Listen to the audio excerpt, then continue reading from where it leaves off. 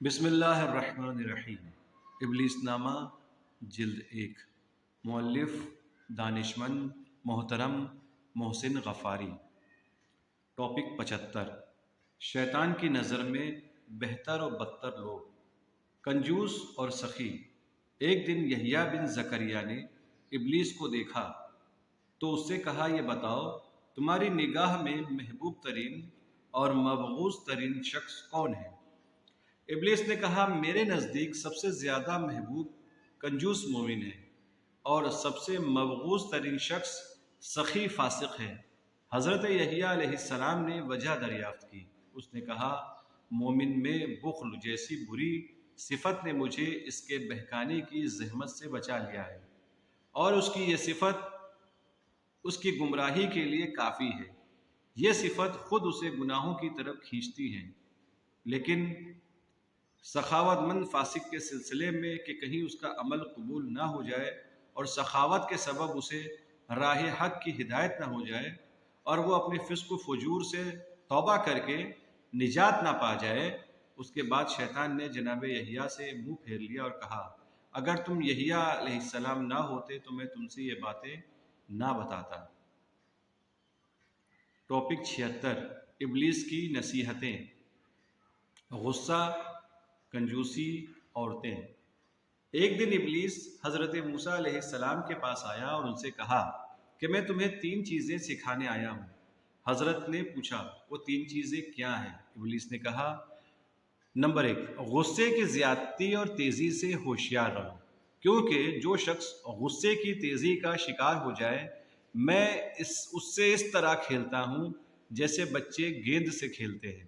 2، عورتوں سے ڈرو، کیونکہ گمراہی کے لیے عورتوں کے جال سے زیادہ میں کسی چیز پر بھروسہ نہیں کرتا۔ 3، کنجوسی سے بچو، کیونکہ جو شخص بخیل ہوگا میں اس کے دین، ایمان اور دنیا کو تباہ و برباد کر دوں گا۔ ٹاپک 77، شیطان اور کشتی نوح۔ غرور، حرص، نامحرم کے ساتھ تنہائی۔ جس گھڑی جناب نوح علیہ السلام نے کشتی بنا کر تیار کر دی اور اس میں طرح طرح کے حیوانات کے جوڑوں کو سوار کرایا، لیکن گدھا کشتی سے باہر ہی رہ گیا۔ آپ نے اسے سوار کرنے کی بہت کوشش کی کہ آخرکار آپ کو غصہ آ گیا اور آپ نے اسے ڈانٹا اور کہا، ارکب با شیطان، اے شیطان سوار ہو۔ شیطان نے سن لیا اور وہ گدھے کے ساتھ کشتی میں داخل ہو گیا، اور جناب نوح علیہ السلام کو اس کی خبر بھی نہ ہوئی۔ جب کشتی روانہ ہوئی تو آپ کی نظر شیطان پر پڑی۔ آپ نے اس سے پوچھا، تو کس کی اجازت سے کشتی میں سوار ہوا ہے؟ تو اس نے کہا، آپ ہی نے تو ارکب یا شیطان کہہ کر مجھے سوار ہونے کی اجازت دی ہے۔ اے نوح، تم نے جو ہمارے حق میں نیکی اور خیر خواہی کی ہے، اس سے میری گردن پر ایک حق آ گیا جسے میں ادا کرنا چاہتا ہوں۔ جناب نوح علیہ السلام نے پوچھا، وہ حق اور خیر خواہی کیا ہے؟ اس نے جواب دیا، آپ کی بد دعا سے پوری قوم ہلاک ہو گئی۔ اگر آپ نے یہ کام نہ کیا ہوتا تو میں حیران تھا کہ اتنی بڑی آبادی کو کس طرح بہکاؤں۔ آپ نے بد دعا کر کے میری مشکل آسان کر دی۔ نوح علیہ السلام سمجھ گئے کہ شیطان انہیں سرزنش اور ملامت کر رہا ہے۔ آپ نے گریہ کرنا شروع کر دیا۔ کہا جاتا ہے کہ طوفان کے بعد 500 سال تک روتے رہے، اسی وجہ سے ان کا لقب نوح پڑ گیا، ورنہ اس سے پہلے انہیں عبد الجبار کے نام سے پکارا جاتا تھا۔ اس وقت خدا نے ان پر وحی کی کہ شیطان کی باتیں سن لو۔ آپ نے شیطان سے فرمایا، جو کہنا ہو کہو۔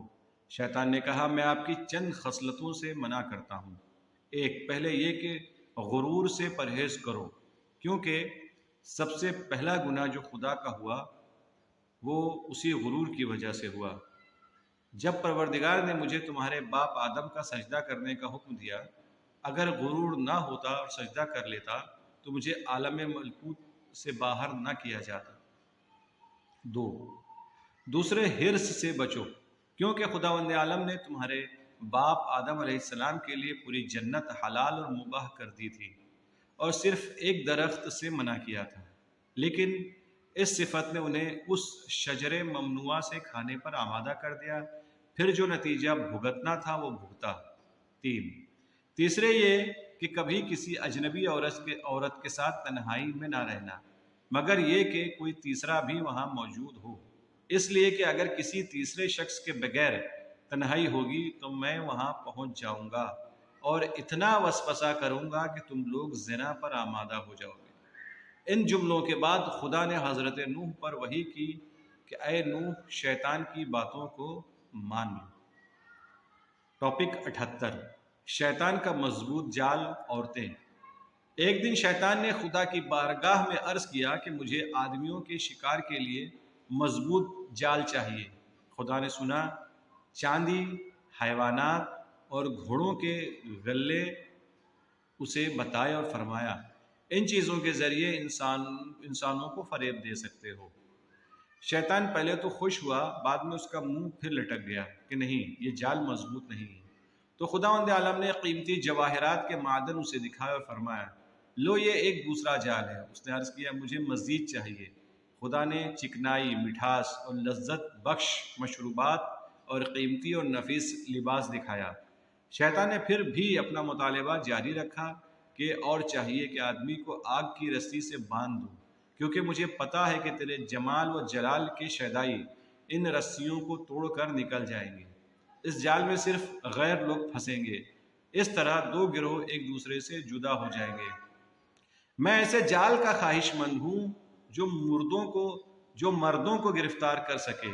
خدا نے شراب اور موسیقی کے آلات اسے دکھائے تو شیطان ہنسنے لگا اور اسے تھوڑی سی خوشی حاصل ہوئی، لیکن پھر بھی اسے دلی مراد حاصل نہیں ہوئی تھی۔